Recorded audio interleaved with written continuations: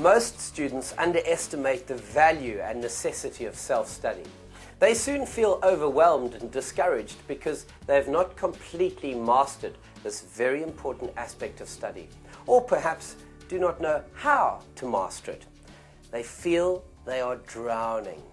I'm completely overwhelmed by the magnitude of work that they're giving us at the moment. I find it hard to remember everything I learn, so I definitely need a solution for my problem to learn more stuff. I don't always understand all the things the reason for the things that I'm studying for, because it doesn't fit on the bigger picture. I can't really get a grip on the studies and everything's confusing. I don't know where everything fits in. We are now at the stage where I want to help you to understand why self-study is so important. I'm going to show you a few skills that include the following. We look at revision, how you have to prepare to revise thoroughly. We look at techniques to help you remember what you have learned. Then we look at the role of music and visualization. We also look at your ability to get an overview and to use your entire brain in the learning process. It is important to know how to get the big picture of the work you have to study. Self-study is very important because it is the time and place where you arrange your material and make accessible everything you have to learn. Choose a place where you study carefully. This place must be conducive to learning, i.e. no noise, TV or other distractions. If you have a roommate, make joint rules to ensure that you can study without disturbing each other. Try studying always in the same place and make this a habit. Here you give your brain a chance to store the study material, to interpret it, gain insight and establish it so that you can really call it your own. Tools and how to make good notes were discussed in section 4, and during self-study you're going to complete the process and round it off. Self-study really begins in the class or lecture. Effective learning is not simply taking in knowledge and then regurgitating it. A parrot also learns like that. No, studying means to take in, understand, evaluate critically, see the relationships, and give a sensible answer. To understand revision, we must first look at the role of forgetting. Ebbinghaus presented the curve of forgetting as follows. If you hear or see something, you normally remember it for a relatively short period, and then you start forgetting details. It does not go to your long-term memory. If you revise on a regular basis, in other words, refresh your memory, you will not forget so much. The information stays in your memory for longer, and chances are that it will be stored in your long-term memory.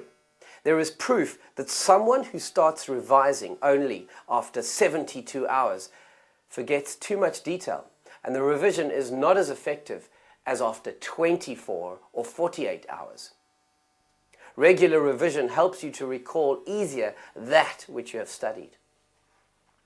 Not only must you revise the lectures, notes and textbooks and other forms of material that you received, but the most important is to summarize everything you have to learn in such a way that it is easy for you. You have to understand it in order to reproduce it in a test, exam, or eventually in practice. The first aspect of revising well is to realize that there are different ways to summarize, and these methods of revision help you to remember better. It is important to remember that there is not only one right way. Different techniques work for different people. This golfer uses only his putter. You must increase your repertoire so that you have more than one way of making notes. Section 4 deals exclusively with this. Go through it again to refresh your memory. Because revision is so important, we look at a few memory support techniques that are important for effective revision. Let's hear what Dr. Botha has to say about this.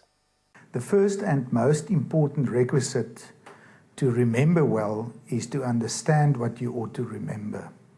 They say that if you hear a word in a foreign language and you don't understand what it means, then you remember it for approximately 40 seconds. On the other hand, if somebody explains the meaning of the word, then you remember it for hours, for days, and even years. The key is to understand. Visualization, association, and patterns are important techniques to support your memory and to remember well. If you see a picture in your mind of the work that you must master, then your whole brain gets involved. And the more you try to get the picture, even if you draw pictures on pages, that will assist your memory a great deal. Furthermore, the brain is sensitive for associations. If something reminds you of something else, use that association because that will also boost your memory. And lastly, the brain is a pattern detector. So if you are aware of certain patterns in the work, focus on them, be aware of them, and utilize them as support to your memory. An underestimated technique when it comes to support to our memory is to make up one's own stories around the theme or the work that you must learn. It's very powerful to use a story, your own story, to weave some humor into that, to draw pictures for yourself to remind you of your story, and that becomes a very powerful memory tool to recall the work that you associate with this story. For some people, it is better to rely on their hearing when it comes to improving their memory. For such people, it is a good technique to say the work out loudly so that they can hear it, or to change the work into rhymes, into even songs, but the whole time focusing on hearing it, and that then becomes a very strong support to the memory of such a student. There is good research proving that the use of Baroque music can be a very good tool in aiding our memories. When you use composers' music like Vivaldi, Telemann, Handel, Bach, and here we think of the slower movements, the largos and adagios. When you use that as background music, when you are studying, when you're absorbing material, then it really aids your memory. If you want to reproduce the material you've learned, then it's better to use music of composers such as Beethoven, Mozart, and Brahms, for example, and that more lively music is more suitable to reproduce the material that you've learned.